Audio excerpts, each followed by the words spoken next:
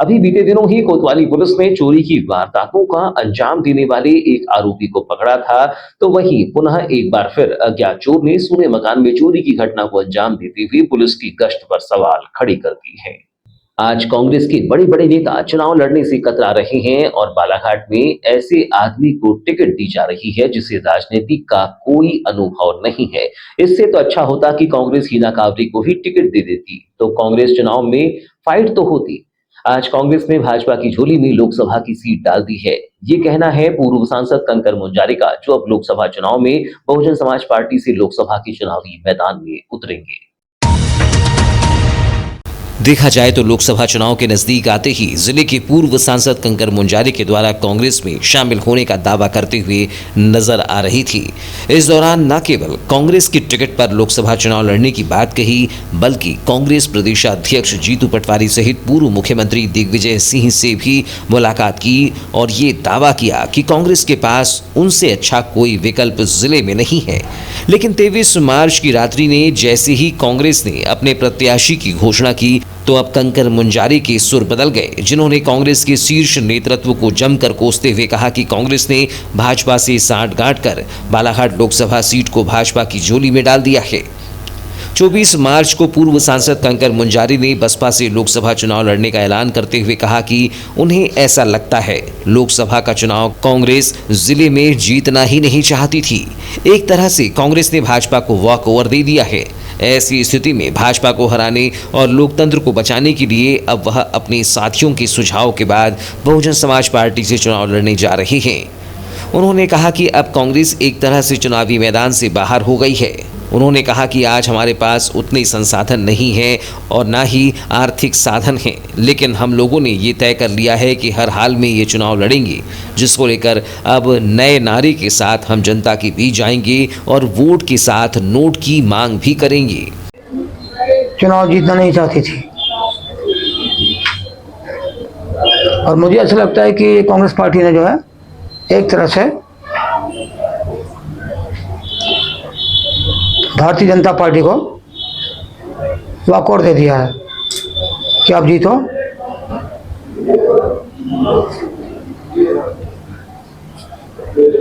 Congress party का मैदान में एक तरह से ऐसा लग रहा है कि वो नहीं रहना जैसे हो गया है। तो ऐसी स्थिति में हमारे साथियों ने फैसला किया कि हमको भारतीय जनता पार्टी को चुनाव में परास्त करना है, हराना है, लोकतंत्र बचाना है, संविधान बचाना है, इसलिए चुनाव लड़ना जरूरी है। सब लोगों की राय हुई है कि चुनाव लड़ना है।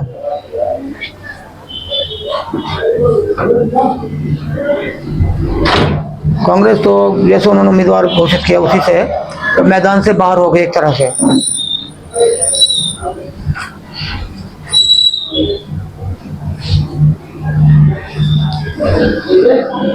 हम लोगों ने अब तय कर लिया है हर हालत में चुनाव लड़ेंगे। उतना संसाधन हमारे पास नहीं है, उतना आर्थिक मजबूती नहीं है, लेकिन फिर भी हम लोगों ने कहा कि अब जनता से हम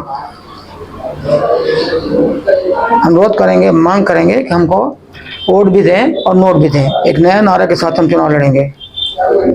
उन्होंने कहा कि जनता के विश्वास और सुझाव पर कांग्रेस से चुनाव लड़ने का प्रस्ताव लेकर हम भोपाल गए थे, जिस पर कांग्रेस ने हमें भरोसा और विश्वास दिया, लेकिन हमारी बात को अनदेखा कर दिया। उन्होंने कहा कि आज कांग्रेस के उम्मीदवार को कोई जानता नहीं है, पहचानता नहीं है। वह किस तरह जिला पंचायत अध्यक्ष बने हैं वह सब जानते हैं। कांग्रेस इस दौड़ में नहीं है, कांग्रेस तो पहले से ही हार चुकी है। उन्होंने कहा कि जो अपने सरकारी आवास को खाली नहीं करवा पा रहे हैं वह क्या करेंगे। कांग्रेस पार्टी के बड़े बड़े नेता जो चुनाव लड़ने से कतरा रहे हैं और यहाँ पे ऐसे आदमी को वो चुनाव में उतार रहे हैं जिसके पास कोई अनुभव नहीं है राजनीति का। जिला पंचायत में जिला पंचायत क्या है, वो मेंबर उन्होंने चुन लिया, आप कैसे चुनाव आपको सब पता है।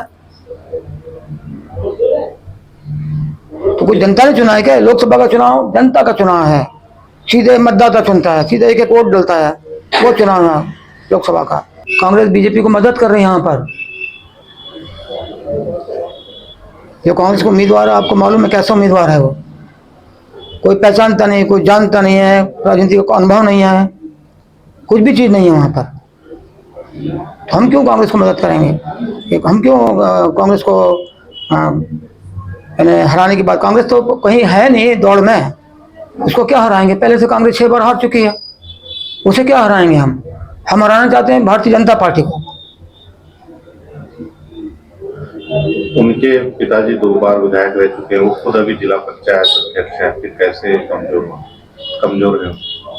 पिताजी 2 बार रह चुके होंगे विधायक, कोई खास बात नहीं है। तो जिला पंचायत अध्यक्ष कैसे हो गया मालूम है आप सबको, कैसे खरीद फरोख्त करके जिला पंचायत अध्यक्ष बन गए हो। अभी 2 साल से जिला पंचायत में, तो उनका कोई काम देखने में आ रहा है किसी को? कोई पहचान रहा है उनको? कोई कभी सुना आपने कि कोई यहाँ पे एक बड़ा काम कर दिया? वो अपना खुद का जो उनको जिला पंचायत के पुल से जो उनको घर मिलना था, बंगला मिलना, उसको नहीं ले पा रहे हैं।